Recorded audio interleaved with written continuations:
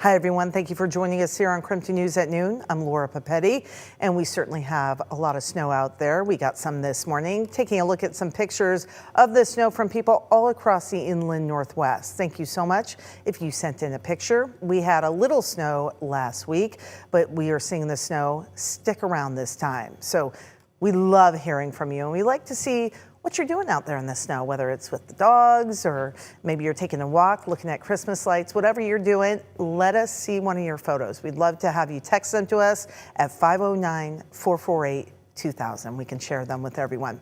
Okay, the snow has certainly impacted road conditions and maybe played a little havoc with your morning commute.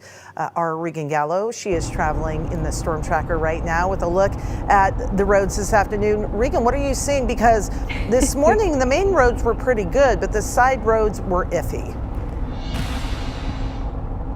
Hey, yeah, good afternoon, Laura. We are out on Sunset Highway in Airway Heights currently, and actually I am seeing very clear conditions on the road. We can see the lines, great visibility. That also helps now that we're in the daytime rather in the dark, which is what I was doing earlier this morning. But traffic is as normal. A little bit of slush still left on the roadway, but it's mostly just wet. Let me actually switch to the front monitor here. We are right at the intersection of Hayford Road and Sunset Highway. Always busy no matter what time of day it is out here in Airway Heights. Now, me and Al were out here earlier this morning at about 5 a.m. in Airway Heights, and it was a very, very heavy snowfall. So this is completely different from, 6 hours ago.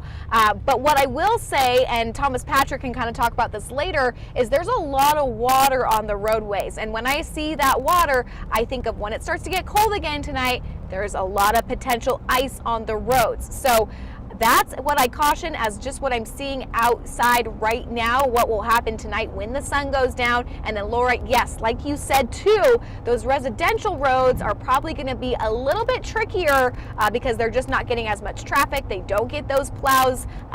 So those will be more of probably where you're going to slip and slide near your home rather than on those main highways or I-90, for example. So cleared out here on Sunset Highway. Me and Al are driving around much better than earlier this morning. But I'll send it back to the studio. Regan, thank you, Al, out there. He is driving safely while she's, of course, in the passenger seat. All right, we are talking about weather outside. Well, that's where the weather always is. And we are talking about what it's like this afternoon here at the noon hour. We have Thomas Patrick standing by. Thomas, it was all the buzz, right? Because we had snow last night, snow this morning, and it was sort of our first real morning commute in the snowfall because things did stick around. What are we expecting for the later commute this afternoon? Yeah, I kind of deemed this our first snowfall of the season. This time it did stick around. I measured 1.6 inches of snow here from our outdoor weather center. Since then, it's actually compressed a little bit. And conditions are just calm right now. Cloudy, but not going to get any more snow for the rest of the day, save for maybe just something stray out of the sky. This is a little bit near Washtenaw, but not exactly over there or over Lind itself. But that was like the last little snow shower that we see on Doppler radar. So we get a chance to just kind of catch our breath after we got kind of about 1.5 to 3 inches of snow. I'm actually still tabulating a lot of our snow reports back in the weather center, so that'll be in the next weather hit. Here are the current temperatures. You're right at 32 degrees in Spokane Valley and 29 in Spokane. So yes, a lot of this water could freeze over, but I'll tell you what, if any streets or roads got treatment, de-icer on them, it probably will fare okay even tonight. So a lot of major roadways, the interstate, of course, should be very much passable heading into tomorrow. It's just a lot of those side streets that won't get any attention. They are the ones that are going to stay snowy and icy even into tonight and tomorrow. So today's weather impact alert day is finished. Thursdays is already on top of mind. So I've been going over the latest data even between this morning and noon. I'll give you the latest snowfall update fresh for our noon show here. That's all coming up in just a couple minutes. All right, my friend, thank you. For a second day in a row, there is no school for the Moses Lake School District. And we should mention this is not related to snow, but rather a strike. The Moses Lake Education Association teachers are on the picket line again. This is after failed negotiations.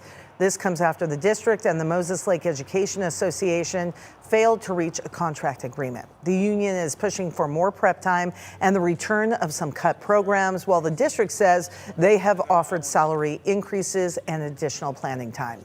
We're down to just a couple of terms, so we're really hoping that this is kind of the push to get us there, and we hope that the community knows we want the best for the kids. The district says it remains committed to negotiating, but has yet, they say, to receive new proposals from the union. Meanwhile, the missed school days will be added to the end of the school year. Right now, legal immigrants here in Washington are confused and somewhat fearful after an announcement from President Trump. In a social media post, he called for the removal of any immigrants who are not a, quote, net asset. Now, he did not specify what that meant or explain how it would be carried out. This is coming after an Afghan refugee who was here legally shot 2 National Guard members in the nation's capital. An immigration attorney here in Washington says Trump's move against legal immigrants has no legal basis. These people are already vetted extremely well, and there's not really any justification or legal rationale to pause all adjudications or retroactively review things that have already been granted. Meantime, the U.S. State Department has indefinitely paused issuing any visas to anyone traveling on an Afghan passport, and we'll have more on those travel bans coming up during our next half hour.